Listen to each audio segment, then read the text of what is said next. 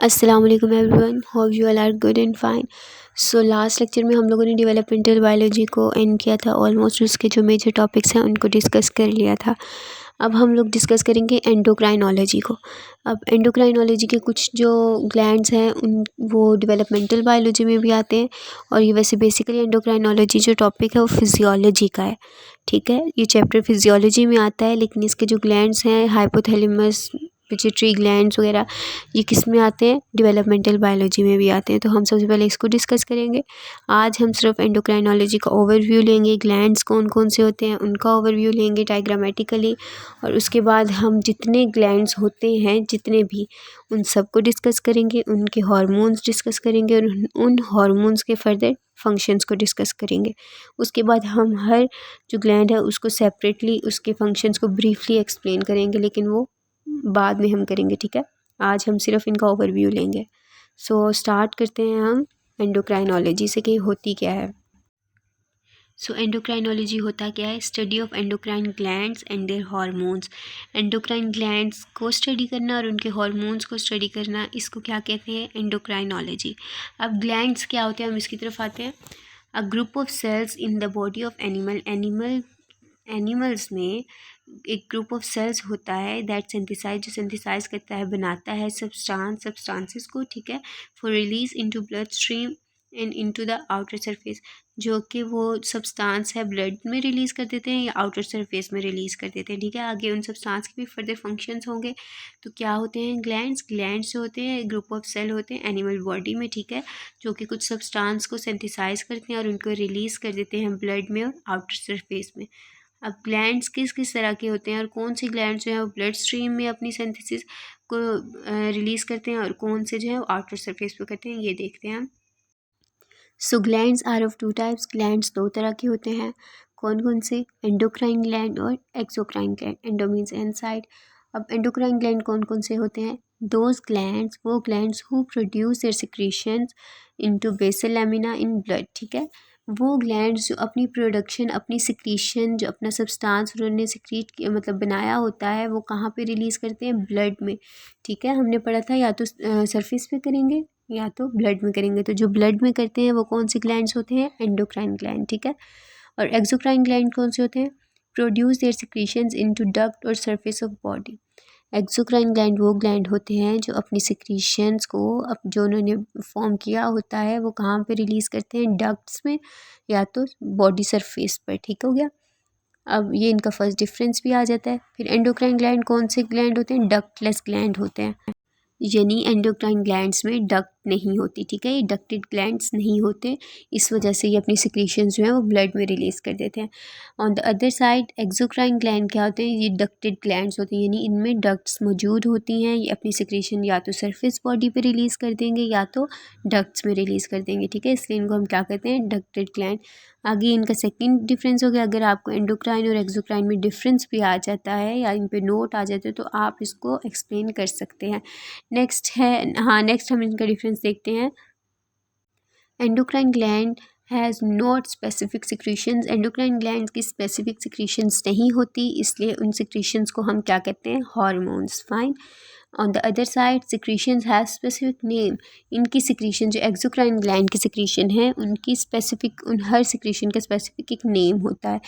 While जो endocrine gland है उनकी सारी सिक्रीशंस को हम क्या कहेंगे? हार्मोन। ठीक है, आगे आप इनकी डायग्राम्स देख लें। एंडोक्राइन ग्लैंड किस तरह के होते हैं और एक्सोक्राइन ग्लैंड किस तरह के होते हैं। एंडोक्राइन ग्लैंड जो होते हैं वो ब्लड स्ट्रीम में ही अपने जो सिक्रीशन है वो रिलीज़ कर देंगे, और एक्सोक्राइन ग्लैंड क्या है? वो या तो सरफेस स्किन वगैरह मतलब कि सरफेस बॉडी पे कर देंगे या तो डक्ट्स पे कर देंगे। ठीक है, अपनी केमिकल सिक्रीशंस। फाइन, नेक्स्ट चलते हैं। अब हम ओवरव्यू लेते हैं कि कितने ग्लैंड्स होते हैं, उनका क्या, वो कौन कौन से हार्मोन्स रिलीज़ करते हैं और वो हार्मोन्स का क्या फंक्शन है। तो सबसे पहला जो ग्लैंड होता है वो हाइपोथैलेमस ग्लैंड है। ठीक है, इसका बहुत मेजर रोल है, बहुत मेजर रोल, और ये बहुत इंपॉर्टेंट जो है हार्मोन है, आपको नोहाउ होनी चाहिए इसकी, पिट्यूटरी ग्लैंड की भी और हाइपोथैलेमस की। खैर हम सबसे पहले हाइपोथैलेमस को डिस्कस करेंगे। तो हाइपोथैलेमस के हार्मोन्स जो ये रिलीज़ करता है वो कौन कौन से हैं? 5 हार्मोन्स होते हैं। सबसे पहला GnRH। GN मतलब गोनेडोट्रोपिन, R मतलब रिलीजिंग और H मतलब हार्मोन। GnRH मतलब gonadotropin releasing hormone. Fine, next है prolactic releasing hormone. Third one है thyrotropin releasing hormone. Fourth adrenocorticotropin releasing hormone. ठीक है, एड्रीनोकॉर्टिकोट्रोपिन रिलीजिंग हार्मोन। और लास्ट वाला है वो सोमैटोस्टैटिन। ठीक है, ये 5 हार्मोन्स हैं। अब इनके नेक्स्ट फंक्शंस को डिस्कस करेंगे। 5 इनके फर्दर सेपरेट सेपरेट फंक्शंस क्या हैं। Okay fine. सबसे पहले कौन सा था, गोनेडोट्रोपिन रिलीजिंग हार्मोन GnRH। तो इसका फंक्शन क्या है, फंक्शन पे जाते हैं। Secretion of luteinising and follicle stimulating hormone, यानी कि ये LH को रिलीज़ करता है और फॉलिकल स्टिमुलेटिंग हार्मोन को रिलीज़ करता है। ये जो दोनों हार्मोन हैं LH और FSH, इन दोनों हार्मोन्स का मेंस्ट्रुअल साइकिल में बहुत इंपॉर्टेंट, बहुत ज़्यादा इंपॉर्टेंट रोल है। ठीक है, किस किस की सिक्रीशंस होती है, ल्यूटिनाइजिंग हार्मोन जिसको हम LH भी कहते हैं। मोस्ट जगह पे आपको इनकी शॉर्ट फॉर्म्स ही मिलेंगी। तो LH का मतलब ल्यूटिनाइजिंग हार्मोन और FSH का मतलब फॉलिकल स्टिमुलेटिंग हार्मोन। नेक्स्ट था प्रोलैक्टिक रिलीजिंग हार्मोन। प्रोलैक्टिक रिलीजिंग हार्मोन, तो ये क्या करता है, secretion of prolactin from pituitary glands. ये सिक्रीशन करता है प्रोलैक्टिन की, कहाँ से, पिट्यूटरी ग्लैंड से।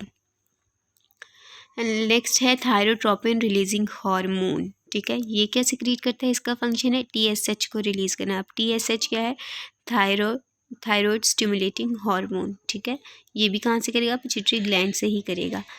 नेक्स्ट है एड्रीनोकॉर्टिकोट्रोपिन रिलीजिंग हार्मोन। ये नेम्स थोड़े मुश्किल हैं, लेकिन एक बार याद कर लेंगे तो, यहाँ ये ग्राफ आप याद कर लें तो इसके लॉन्ग क्वेश्चन याद करना आपके लिए ईजी हो जाएगा। नेक्स्ट है कौन सा था, एड्रीनोकॉर्टिकोट्रोपिन रिलीजिंग हार्मोन। ये क्या रिलीज़ करेगा, सिक्रीशन ऑफ एड्रीनोकॉर्टिकोट्रोपिक हार्मोन। और ट्रोपिन हार्मोन था, लेकिन ये आगे फर्दर क्या रिलीज़ करेगा, ट्रोपिक हार्मोन। ठीक है, लास्ट था सोमैटोस्टैटिन। सोमैटोस्टैटिन का जहाँ पर भी आए, ग्रोथ हार्मोन है ये भाई, ये ग्रोथ को रेगुलेट करता है, इसलिए जहाँ पे सोमैटोस्टैटिन आएगा उसको हम क्या कहेंगे, ये ग्रोथ हार्मोन है, ग्रोथ को रेगुलेट करेगा। ठीक है, नेक्स्ट आ जाता है पिट्यूटरी ग्लैंड्स। अब पिट्यूटरी ग्लैंड जो सेकंड बेसिक हार्मोन है। ठीक है, pituitary gland release on interior lobe. अच्छा, अब ये आगे कौन कौन से हार्मोन रिलीज़ करते हैं, 6 हार्मोन्स को रिलीज़ करते हैं। कौन कौन से, ग्रोथ हार्मोन, सोमैटोट्रोपिक। ठीक है, वो सोमैटोस्टैटिन था, ये भी सोमैटोट्रोपिक है, लेकिन दोनों ही कौन से हैं, ग्रोथ हार्मोन्स हैं। अब इसका इफेक्ट क्या है, साथ ही हम फंक्शंस को डिस्कस कर लेते हैं। Effect on bone muscles, increase mitosis, enhance growth. ठीक है, सोमैटोस्टैटिन क्या करेगा, ये बोन्स पे इफेक्ट करेगा, मसल्स पे इफेक्ट करेगा, साथ ही माइटोसिस को इंक्रीज़ कर देगा। माइटोसिस इंक्रीज़ होगी तो ऑब्वियस है सेल्स की मल्टीप्लिकेशन ज़्यादा होगी और ग्रोथ जो है इन्हेंस होगी इस केस में। नेक्स्ट है थायरॉयड स्टिमुलेटिंग हार्मोन यानी TSH, जो हम लोगों ने ऊपर पढ़ा था, सिक्रीशन ऑफ TSH। ठीक है, थायरॉयड स्टिमुलेटिंग हार्मोन, अब ये पिट्यूटरी ग्लैंड से ही रिलीज़ होगा। अब इसका आगे फंक्शन क्या है, stimulate thyroid gland to release T3 and T4। अब स्टिमुलेट कर देगा, इंक्रीज़ कर देगा थायरॉयड ग्लैंड को, कि थायरॉयड ग्लैंड जो है वो रिलीज़ करे, यानी कि थायरॉयड ग्लैंड को स्टिमुलेट कर देगा, एक्टिव कर देगा, ताकि थायरॉयड ग्लैंड रिलीज़ करे कि क्या क्या, T3 और T4। अब T3 और T4 का ये मेजर फंक्शन है, वो आप लोग आगे पढ़ेंगे।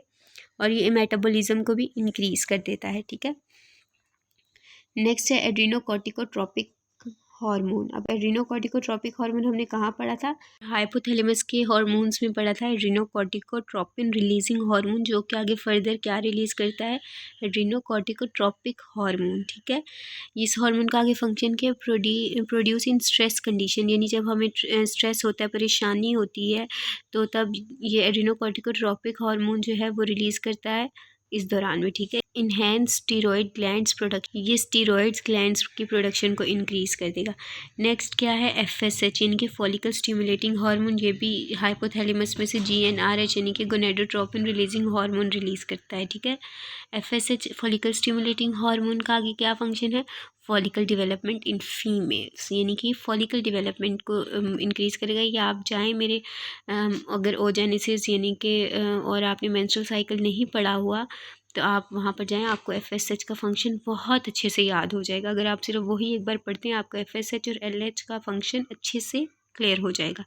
ठीक है, तो ये फॉलिकल की डेवलपमेंट को क्रिएट करता है, कहाँ पर, फीमेल्स में। और इसके अलावा स्पर्मेटोजेनेसिस को भी इंक्रीज़ करते हैं, इफेक्ट ऑन फर्टिलाइज्ड सेल्स। ये किसको इंक्रीज़ करेगा, स्पर्मेटोजेनेसिस को भी और फॉलिकल्स की डेवलपमेंट को भी, कहाँ पर, फीमेल्स में। नेक्स्ट है luteinizing hormone LH in males. ये मेल्स में ल्यूटिनाइजिंग हार्मोन को रिलीज़ करता है कौन? पिट्यूटरी ग्लैंड, ठीक है। आगे इसका फंक्शन क्या है? Ovulation process. ओव्यूलेशन का प्रोसेस यानी कि ओव्यूलेट करवाना, corpus luteum formation in female. जैसे ये फीमेल्स में भी होता है और मेल्स में भी होता है, ठीक है। फीमेल में क्या होगा, या बैक साइड पे दोबारा पढ़ें, luteinizing hormone LH in male में भी रिलीज़ होगा, एंड ICSH इन फीमेल, यानी कि ल्यूटिनाइजिंग हार्मोन जो है दोनों में रिलीज़ होगा। फीमेल्स में इसका क्या फंक्शन है? ओव्यूलेशन करवाना। अब मैंने बताया था कि जब फॉलिकल मैच्योर हो जाता है तो फिर ओव्यूलेशन हो जाती है, यानी कि एक एग प्रोड्यूस हो जाता है, ठीक है। जब एग प्रोड्यूस हो जाता है तो पीछे जो मटेरियल पड़ता है वो येलोइश ग्लैंडुलर मटेरियल सा होता है, ठीक है, जो कि मॉडिफाई करता है अपने आप को, और एक तब वो एक येलोइश मैस बना देता है, जिसको हम क्या कहते हैं? कॉर्पस ल्यूटियम, ठीक है। तो ये कॉर्पस ल्यूटियम फीमेल में वो उसकी फॉर्मेशन में भी हेल्प करता है। ओव्यूलेशन प्रोसेस, जब ओव्यूलेशन होगी तो कॉर्पस ल्यूटियम जो है ऑटोमेटिकली फॉर्म हो जाएगा। और क्या करते हैं? लेडिंग सेल्स यानी टेस्टिरोन प्रोड्यूस करता है। टेस्टिरोन का अब इसका जो है फंक्शन आपने पहले पढ़ा हुआ है। ये मेल्स में जो है मेल करेक्टर्स को इंक्रीज़ करता है, ठीक है। तो जो LH है वो किसको इंक्रीज़ करेगा? टेस्टिरोन को, यानी लेडिंग सेल्स को मेल में इंक्रीज़ करेगा, जिसकी वजह से उसमें मेल करेक्टर ज़्यादा होंगे। इसके अलावा लास्ट वाला है प्रोलेक्टिन। प्रोलेक्टिन के नेम से ही है मिल्क प्रोडक्शन, ठीक है। तो ये फीमेल में प्रोड्यूस करता है पिट्यूटरी ग्लैंड प्रोलेक्टिन हार्मोन, जो कि मिल्क की प्रोडक्शन करता है फॉर बेबी फीडिंग, ठीक है। जो बेबी के फीड के लिए मिल्क प्रोडक्शन होती है वो कहाँ से होती है? प्रोलेक्टिन हार्मोन से। और प्रोलेक्टिन हार्मोन कहाँ से रिलीज़ होता है? ये होता है पिट्यूटरी ग्लैंड से। नेक्स्ट है pituitary gland and posterior lobe. Last वाला जो हमने पढ़ा था वो एंटीरियर लोब पे होता है, और ये वाला जो है पोस्टीरियर लोब पे।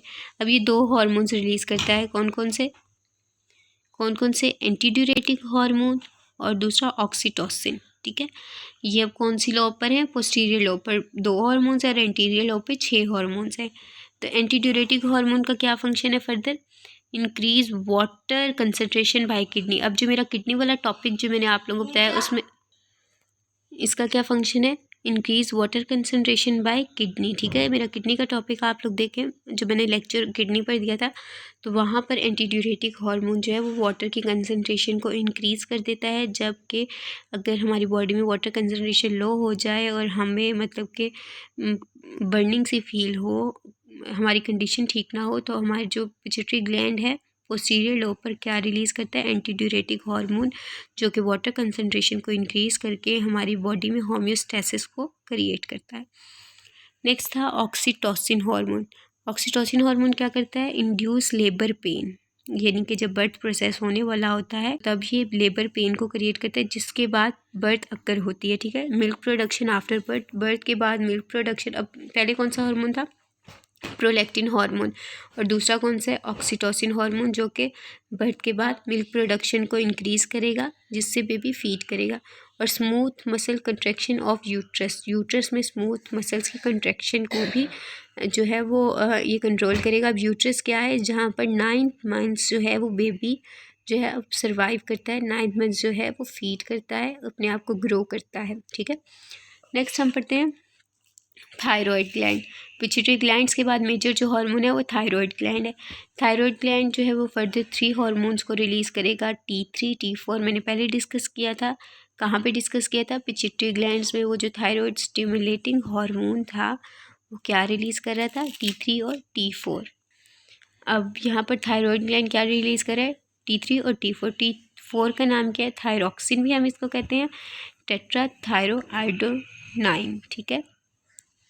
टेट्राथायरोआइडोनाइन भी इसको कहते हैं T4 को, और T3 को क्या कहते हैं? ट्राईआइड्रोथायरोमाइन, ठीक है। तो T4 का फंक्शन क्या है और T3 दोनों का ही एक ही फंक्शन है। क्या फंक्शन है? Both are growth hormone. ये दोनों ग्रोथ हार्मोन्स हैं बोथ, ठीक है। और ग्रोथ हार्मोन्स कौन से हमने पढ़ता है? स्मेटोस्टेटिन और स्मेटोट्रोपिक हार्मोन। साथ साथ देखते जाएं, क्लियर हो जाएगा। Both are growth hormone and work together increase metabolism, heart regulation, ठीक है। T3 और T4 क्या करते हैं? दोनों इकट्ठे काम करते हैं, इंक्रीज करते हैं मेटाबॉलिज्म को, हीट की रेगुलेशन को मेंटेन करते हैं, और ग्रोथ को मेंटेन करते हैं।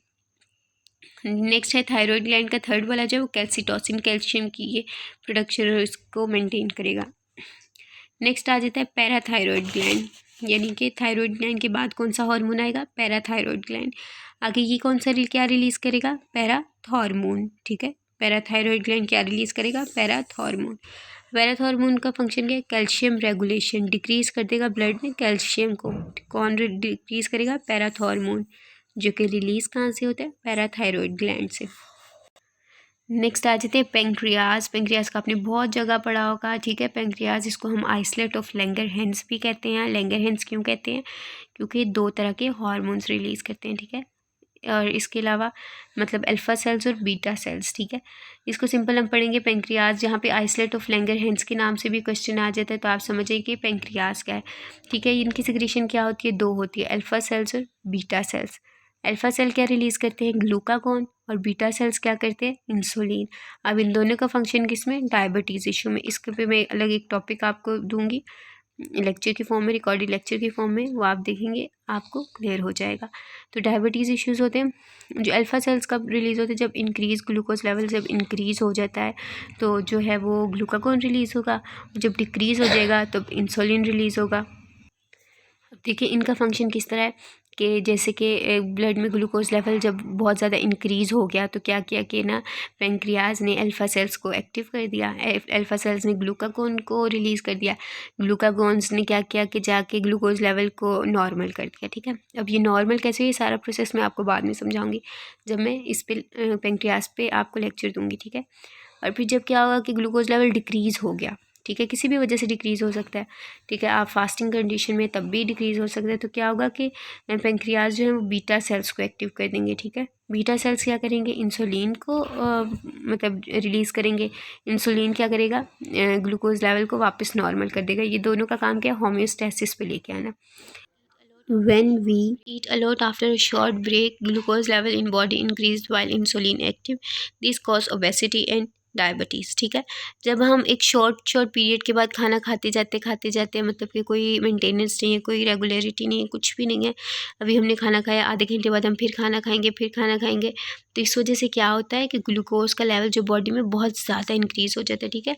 जबकि इंसुलिन एक्टिव होती है, यानी अब इंसुलिन इतना तो नहीं ना कर सकती कि आपको थोड़ी थोड़ी देर बाद खाना जो है वो उसको रेगुलेट ही करती जाए। आप बहुत ज़्यादा सारा खाना खा रहे हैं, इतना इंसुलिन जो है वो मेंटेन नहीं कर सकती, ठीक है, होम्योस्टेसिस को। तो क्या होगा, इसकी वजह से ओबेसिटी हो जाएगी, मतलब मोटापा हो जाएगा। इंसान जो मोटे हो जाते हैं ना, वो इस वजह से भी होते हैं, या तो आपको डायबिटीज़ हो जाएगी। कोई ऐसा नहीं होता कि आपको मीठा ज़्यादा खाने की वजह से डायबिटीज़ होती है, ये वो ठीक है, वो भी एक अलग इशू है, लेकिन आप बार बार जो खाना खाते हैं उसकी वजह से भी आपको ग्लूकोज लेवल जो है वो इंक्रीज़ हो जाता है और आपको डायबिटीज़ हो जाती है, ठीक है। नेक्स्ट है एडिनल ग्लैंड, ठीक है। अब एक किडनी के ऊपर ना कैप लाइक स्ट्रक्चर प्रेजेंट होता है, कैप लाइक एक ग्लैंड प्रेजेंट होता है जिसको हम एडिनल ग्लैंड कहते हैं। अब ये भी फर्दर जो है वो दो सिक्रीशंस करता है, पहला है ग्लूकोकॉर्टिकॉइड, यानी इसे कॉर्टिसोल भी कहते हैं हम, और स्टीरॉयड भी कहते हैं। और जो सेकंड वाला है उसको हम एड्रीनोकॉर्टिकॉइड कहते हैं और एंडोस्टेरोन भी कहते हैं, ठीक है। पहला है ग्लूकोकॉर्टिकॉइड और दूसरा एड्रीनोकॉर्टिकॉइड। अब ये डिफरेंट नेम से भी आ जाते हैं, आपको कॉर्टिसोल का फंक्शन पूछ लेता है कोई आपसे, या तो स्टीरॉयड का फंक्शन पूछ लेता है तो उसमें ग्लूकोकॉर्टिकॉइड आएगा। अगर कोई आपसे एंडोस्टेरोन का फंक्शन पूछ लेता है तो उसमें एड्रीनोकॉर्टिकॉइड आएगा। आपको नेम्स स्पेशली याद होने चाहिए, ठीक है। अब नेक्स्ट हम इसके फंक्शंस को डिस्कस करते हैं। सो ग्लूकोकॉर्टिकॉइड का यानी स्टीरॉयड का या कार्टिसोल का जो है वो फंक्शन क्या है, ब्रेक डाउन ऑफ कार्बोहाइड्रेट्स, यानी कि कार्बोहाइड्रेट्स की ब्रेक डाउन करना, इंक्रीज़ ग्लूकोज लेवल, यानी कि ये जो है वो ग्लूकोज लेवल को भी इंक्रीज़ करता है। रिलीज़ एट रेस्ट पोजीशन, यानी कि जब बॉडी रेस्ट पोजीशन पे होती है तब ये रिलीज़ होता है, यानी ऑब्वियस है फास्टिंग कंडीशन पे होगी, रेस्ट पोजीशन पे होगी, तभी ग्लूकोज लेवल जो है वो लो हो जाएगा, हमें भूख लगेगी। तो ये क्या करता है कि ग्लूकोज लेवल को इंक्रीज़ करता है। किस तरह, ये ब्रेक डाउन करता है, हमारी जो बॉडी में फूड जो है वो ग्लाइकोजन की फॉर्म में जो जमा हुई होती है उसकी ब्रेक डाउन कर देगा और ग्लूकोज लेवल को इंक्रीज़ कर देगा, ठीक है। नेक्स्ट वाला था एड्रीनोकॉर्टिकॉइड, यानी कि एंडोस्टेरोन। अब इसका फंक्शन क्या है, असेंडिंग लूप ऑफ हेले, ठीक है। ये क्या करता है, मेंटेन ऑस्मोटिक लेवल, यानी ऑस्मोटिक लेवल को मेंटेन करेगा। रेगुलेट ब्लड प्रेशर टॉलरेंस, यानी कि ब्लड प्रेशर को जो है वो नॉर्मल करेगा। इसके अलावा ये क्या करेगा, सेक्स हार्मोन को रिलीज़ करेगा। Sex hormone in less quantity even know sexual secondary sexual character appears, यानी कि इतनी ये लो में सेक्स हार्मोन्स को रिलीज़ कर देगा कि जो सेक्शुअल करेक्टर्स हैं वो अपीयर नहीं होंगे। नेक्स्ट क्या आ जाता है ओवरीज आ जाती हैं, ठीक है। ओवरीज के बहुत से फंक्शंस होते हैं, ठीक है, जो कि कॉर्पस ल्यूटियम, ठीक है, यानी कि जब ओव्यूलेशन होती है तो जो रिमेनिंग पार्ट होता है वो कॉर्पस ल्यूटियम होता है। अच्छा, ओवरीज क्या है, दो आगे फर्दर सिक्रीशंस करेगी। पहला है एस्ट्रोजन और प्रोजेस्टेरोन, ठीक है। एस्ट्रोजन का आगे और प्रोजेस्टेरोन का फंक्शन क्या है हम ये देखते हैं।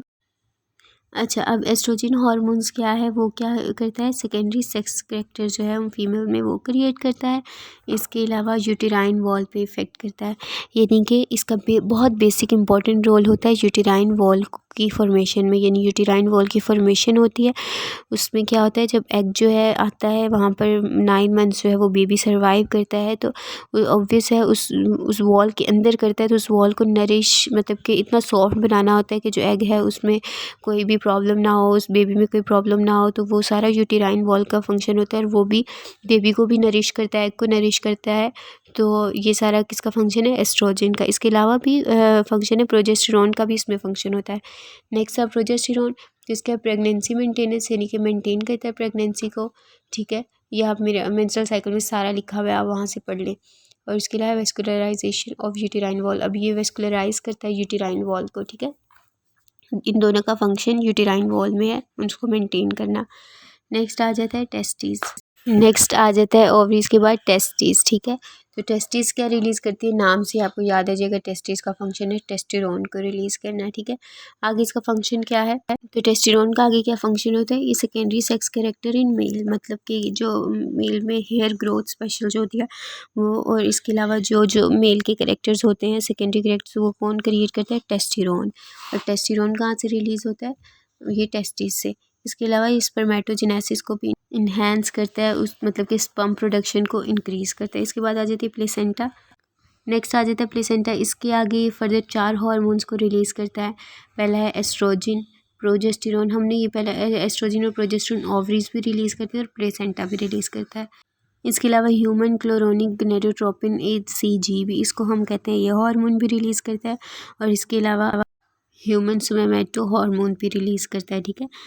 फंक्शन इनका यही है कि मेमोरी ग्लैंड्स की डेवलपमेंट को इंक्रीज़ करते हैं। बाकी एस्ट्रोजन और प्रोजेस्टेरोन का हमें फंक्शन बहुत अच्छे से पता है कि जो है ये क्या करते हैं, सेकेंडरी सेक्स करेक्टर्स को इंक्रीज़ करते हैं, यूटेराइन वॉल पे इफ़ेक्ट करते हैं, प्रेगनेंसी मेंटेन करते हैं, वेस्कुलराइजेशन ऑफ यूटेराइन वॉल करते हैं, वेस्कुलराइज करते हैं।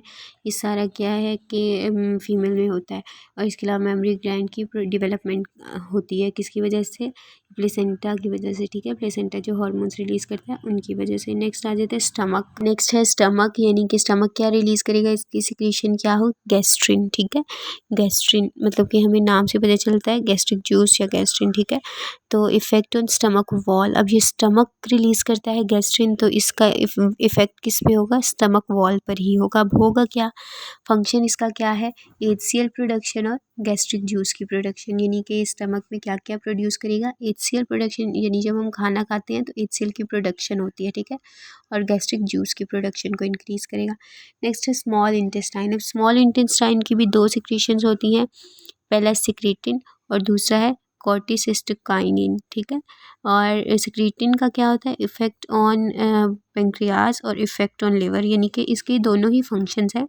ये लिवर पर भी इफ़ेक्ट करता है, गॉल ब्लैडर पर इफ़ेक्ट करता है, bladder to release bile, bladder को एक्टिव करता है ताकि वो बाइल को रिलीज़ कर दे। और इसके अलावा इसका फंक्शन क्या है, effect on pancreas to release pancreatic juice, यानी कि पेंक्रियाज पे इफ़ेक्ट करता है ताकि ये पेंक्रियाटिक जूस को रिलीज़ करे। इसके अलावा पेंक्रियाज पे दूसरे हार्मोन का भी फंक्शन होता है, ठीक है। नेक्स्ट है हार्ट। अब हार्ट का तो हमें फंक्शन तो पता है, लेकिन इसकी सिक्रीशन को हम क्या कहते हैं, एड्रीनोपेप्टिन, ठीक है। अब ये आगे क्या करेगा, ब्लड प्रेशर को रेगुलेट करेगा। अब हार्ट का हमें पता है ये ब्लड प्रेशर को रेगुलेट करने वाला सिर्फ एक ही है, हार्ट। नेक्स्ट है किडनी। अब किडनी का मैंने वैसे आप लोगों को बताया हुआ है कि क्या है, लेकिन फिर भी इसके 2 आगे सिक्रीशन होते हैं, एरिथ्रोपोएटिन और यूएसोटेंसिन, ठीक है। अब ये क्या करते हैं, आरबीसीज यानी कि रेड ब्लड सेल्स की प्रोडक्शन में इनकी इन्वॉल्वमेंट होती है, और ब्लड वेसल्स यानी कि ब्लड प्रेशर को मेंटेन करते हैं ब्लड वेसल्स के थ्रू। नेक्स्ट लास्ट वाला है थाइमस ग्लैंड्स, ठीक है। इसके सिक्रीशन को हम थाइमोसिन कहेंगे, और इसका फंक्शन क्या होता है, इसका फंक्शन वाइट ब्लड सेल्स पे होता है, ठीक है। वाइट ब्लड सेल्स यानी कि टी सेल्स हम कहते हैं मिच्योर, उनको मिच्योर करता है इन सिक्रीशंस, ठीक है, फाइन। अब ये हम लोगों ने सारा आज जो है वो सिर्फ ग्लैंड्स का ओवरव्यू, उनके हार्मोन्स का ओवरव्यू और उनके फंक्शंस को डिस्कस किया, ठीक है। अब ये हर ग्लैंड का अलग ही सेपरेट एक लॉन्ग क्वेश्चन बनता है, उनका सारे फंक्शंस ब्रीफली एक्सप्लेन होंगे, मैं आपको आहिस्ता आहिस्ता कर दूँगी, ठीक है। अब ये डेवलपमेंटल बायोलॉजी में भी आप क्वेश्चन आ सकते हो और फिजियोलॉजी में भी। और अगर आज के टॉपिक में कोई क्वेश्चन हो, कुछ अगर समझ ना आई हो तो मुझे कमेंट सेक्शन में बता दें, मैं आपको बता दूंगी। और इसके नोट्स जो हैं वो काइंडली बना लीजिएगा आप लोग भी, क्योंकि काफ़ी ज़्यादा हेल्पफुल हैं, ठीक है। आप ये मतलब एमसीक्यूज़ पॉइंट ऑफ व्यू से सिर्फ ये याद कर लें तो आपके बहुत से एमसीक्यूज़ जो हैं वो क्लियर हो जाएंगे, अगर आप क्वेश्चन नहीं भी करते तो। और जो इसके नोट्स हैं वो मैं आपको मेल पे सेंड कर दूँगी, मुझे टेक्स्ट कर दीजिएगा, मैंने मोस्टली कमेंट सेक्शन में भी अपनी मेल सेंड की हुई है। और नेक्स्ट जो है हम फिजियोलॉजी का पहले हाइपोथैलेमस को ही डिस्कस करेंगे, ठीक है। Thank you so much. और हाँ, चैनल को लाइक सब्सक्राइब और शेयर करना मत भूलिएगा। जज़ाकल्लाह खैर।